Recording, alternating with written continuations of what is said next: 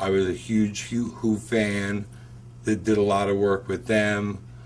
But the Fillmore usually featured 3 groups, with the main group being the last. So I got to see the introduction of groups like Yes and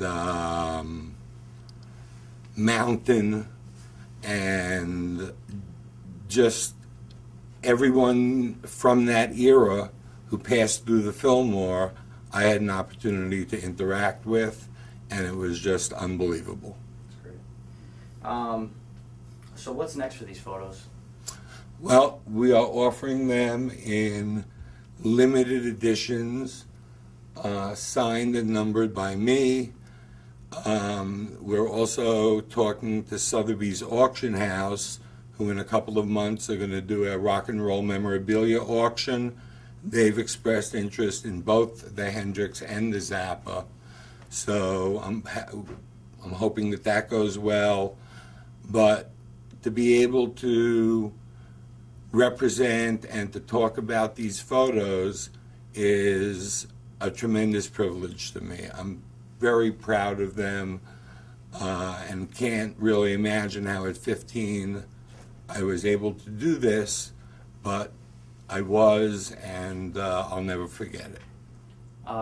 You're obviously a fan of music. Do you think any single artist today or any artists that are coming out now might end up sort of kind of also passing this generalization gap, and photos like these of artists being taken now might be able to be as meaningful as some of these are now, or do you think that we've lost that in rock?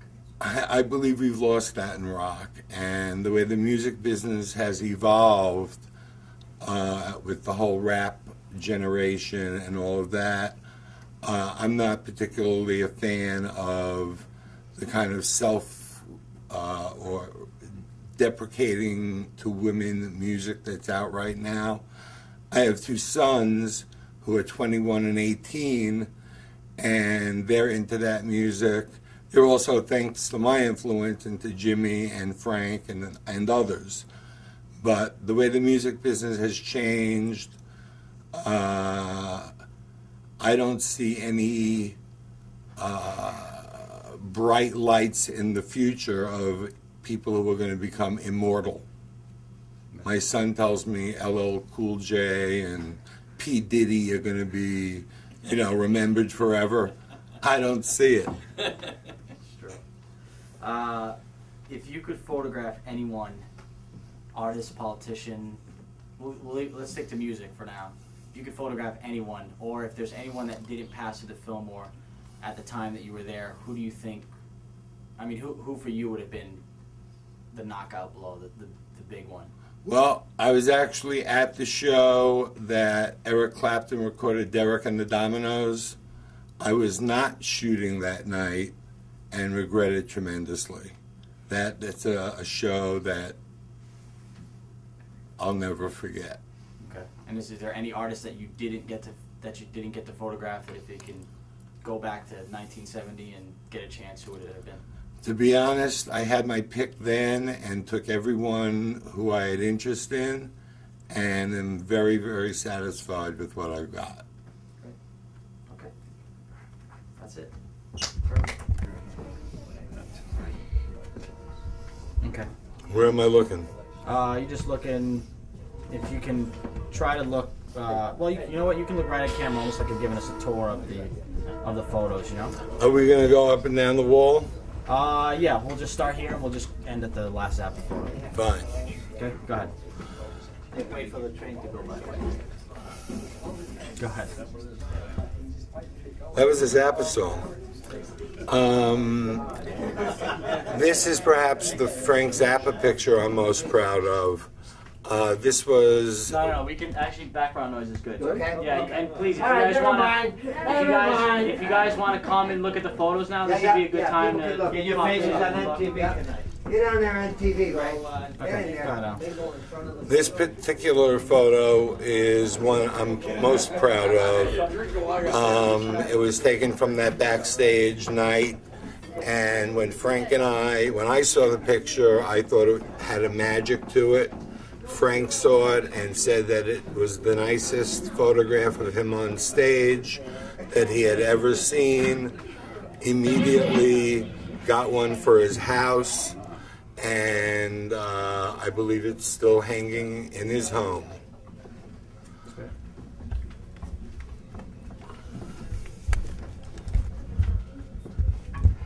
You say when. Yep, go ahead. This photograph is unusual because Zappa's back is actually toward the audience as he's conducting the band. So I was actually crouched behind Terry Bozzio, the drummer, with their view of Zappa conducting them. And there's not another shot like this anywhere. And that's what sets this apart. That's great. I love it. That's a great story. Just hold up 1 second there.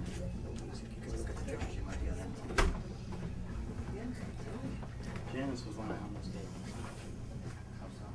I'm having a hard time with it. Just making it work. Cool. Great.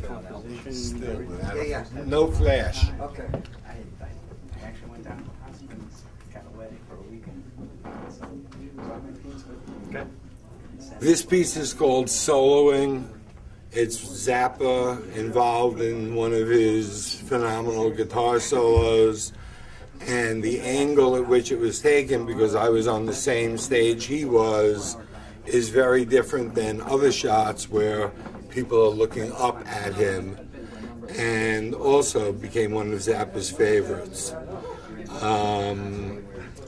I also loved it and was equally glad that he did as well. Cool. And this last one here? This last piece is called Up Close.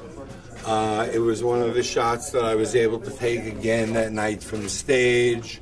Wouldn't have been able to without the access that he gave me. And you can literally see every guitar string and everything that's there. Again, because of the larger format camera, but it's one of my personal favorites. Where's Dad? Stand next to your son here. I'm just going to ask you one quick question, the same that we talked about. Should I hold the mic for him? Yeah, you can hold it for him. So, Alan, you were telling me earlier how not possible without Dad, right? None of this would have been possible without my father. He was the one who drove me to the Fillmore at age 14. And picked him up. Waited outside for me. We do that again? Yeah. He was probably into Hendrix Don't himself. get all choked up. It's all Choked up. This is my father, without whom none of this would have been possible. He was the one who drove me to the Fillmore and back, weekend after weekend, show after show. And without him, again, the walls would be bare. What do you think of what I was doing at the time? I liked what you were doing. I didn't understand the music. I wasn't particularly a fan of the music, but I was a fan of what you brought home and showed me. I thought it was gorgeous. Apparently it was. So, Dad, do you have any idea now what was actually happening at the Fillmore East while your son was photographing at 15 years old? I'm sorry, I didn't hear the question. I said, do you know now what history comes I would have being been made? there, obviously. I would have loved to have been part of it, but I had no idea. All I knew, I drove him and he took the pictures and I liked what they looked like, and I didn't know that it would end up to being what it is. I'm very proud of him. Best dad in the world. Well, maybe.